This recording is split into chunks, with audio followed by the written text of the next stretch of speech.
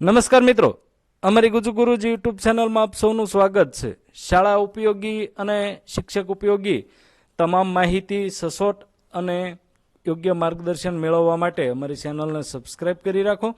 મિત્રો, એસએસએની વેબસાઇટમાં જે સીટીએસ પોર્ટલમાં ટીચરની માહિતી અપડેટ કરવાની છે, જે અગાઉ અમે વિડીયો મૂક્યો હતો અને ઘણા બધા શિક્ષકોએ સબ્જેક્ટ મેપિંગની સાથે સાથે ટીચર માહિતી અપડેટ પણ કરી હતી।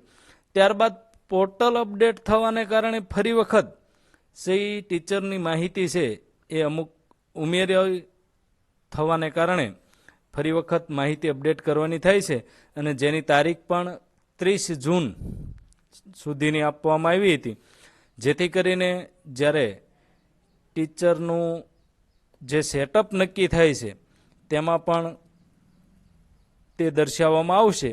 આવા કારણ સાથે તારીખ 30/7 સુધીમાં આ માહિતી છે એ અપડેટ કરવાની સૂચના આવી હતી। તો તેના માટે આપણે સીટીએસ પોર્ટલ જે છે એમાં લોગિન થઈશું। લોગિન થયા બાદ આપ સૌ જાણો છો તેમ ડાબી સાઈડના જે મેનુ છે તેમાં ટીચર લિસ્ટ આપ્યું હતું। હવે કેટલાક ક્વેરી જે આવતી હતી તેના સોલ્યુશન સાથે જો વાત કરીએ તો અહીં એક ટીચરની માહિતી છે એ હું અપડેટ કરું છું। તો સૌ પ્રથમ અહીં ઓલ્ડ નેમ જે રેકોર્ડ મુજબ નામ હતું તે આપેલું છે। પછી તમારે સર્વિસ બુક મુજબ ફર્સ્ટ નેમ, મિડલ નેમ અને સરનેમ નાખવાની હતી।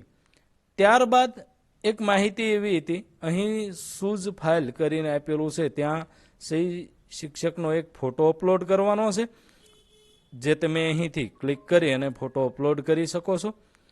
આગળની માહિતી માટે આપણે વાત કરીએ તો અહીં આધાર કાર્ડ મુજબ તમારું ફર્સ્ટ નેમ, મિડલ નેમ અને સરનેમ જે આધાર કાર્ડમાં કેપિટલ, સ્મોલ જે રીતે હોય તે રીતે એન્ટર કરવાની રહેશે।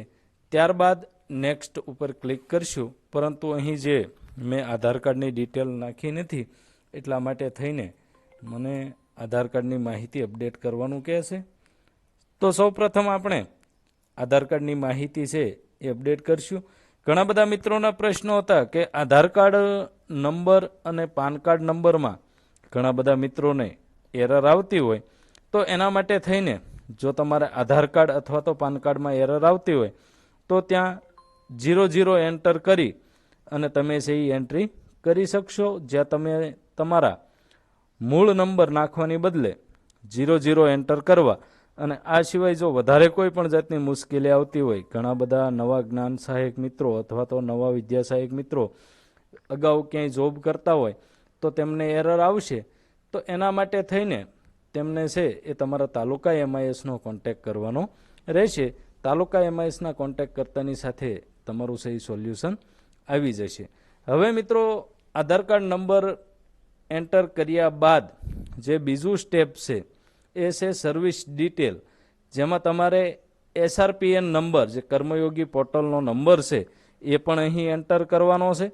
સૌપ્રથમ એ એન્ટર કરી દઈશું। જો કર્મયોગી પોર્ટલનો નંબર ના આવ્યો હોય તો ત્યાં તમે છે એ 00 એન્ટર કરી શકો છો। જે મિત્રોના કર્મયોગીના નંબર આવી ગયા છે તે 8 ડિજિટના નંબર અહીં એન્ટર કરવાના રહેશે। ત્યારબાદ અહીં તમારે એક વખત ડિઝિગ્નેશન, પછી તમારી ભરતીનો પ્રકાર, ખાસ કરીને ભરતીનો પ્રકાર અને સ્ટેટના સીટ નંબર, વિકલ્પ, સીધી ભરતી, બઢતી, પ્રતિનિયુક્તિ કે અન્ય, તો એમાં જે તમારે લાગુ પડતું હોય, સીધી ભરતીથી આવ્યા હોય તેમના માટે સીધી ભરતી, ટેટ પાસ છો હા કે ના એવું એક ઓપ્શન ઉમેરવામાં આવ્યું છે અને એ ઓપ્શન ક્લિક કરતાની સાથે તમે સહી ટેટ કઈ રીતે પાસ કરી છે તેની તમામ ડિટેલ છે એ અહીં ઉમેરવાની રહેશે। જેમાં ટેટ ટાટ કેટેગરી તો ટેટ 2, એનું પાસિંગ વર્ષ એન્ટર કરવાનું રહેશે। ત્યારબાદ તમારે છે ટેટનો સીટ નંબર પણ અહીં એડ કરવાનો છે। તો તમે તમારો ટેટનો સીટ નંબર અહીં એડ કરશો એટલે તમારી ટેટની તમામ ડિટેલ છે એ અહીં સેવ થઈ જશે. તો આ રીતના ટેટ પાસ કરીએ, હા ટેટ 1 કે 2, ટેટનું વરસ, ત્યારબાદ first school joining date, current school joining date, retirement date, district change date. તમે તાલુકા કે જિલ્લા ફેર કરાવ્યું હોય તો અહીં જિલ્લા ફેર માટે જ છે ડિસ્ટ્રિક્ટ ચેન્જ ડેટ. તો જિલ્લા ફેરની તારીખ અહીં છે એ આવશે.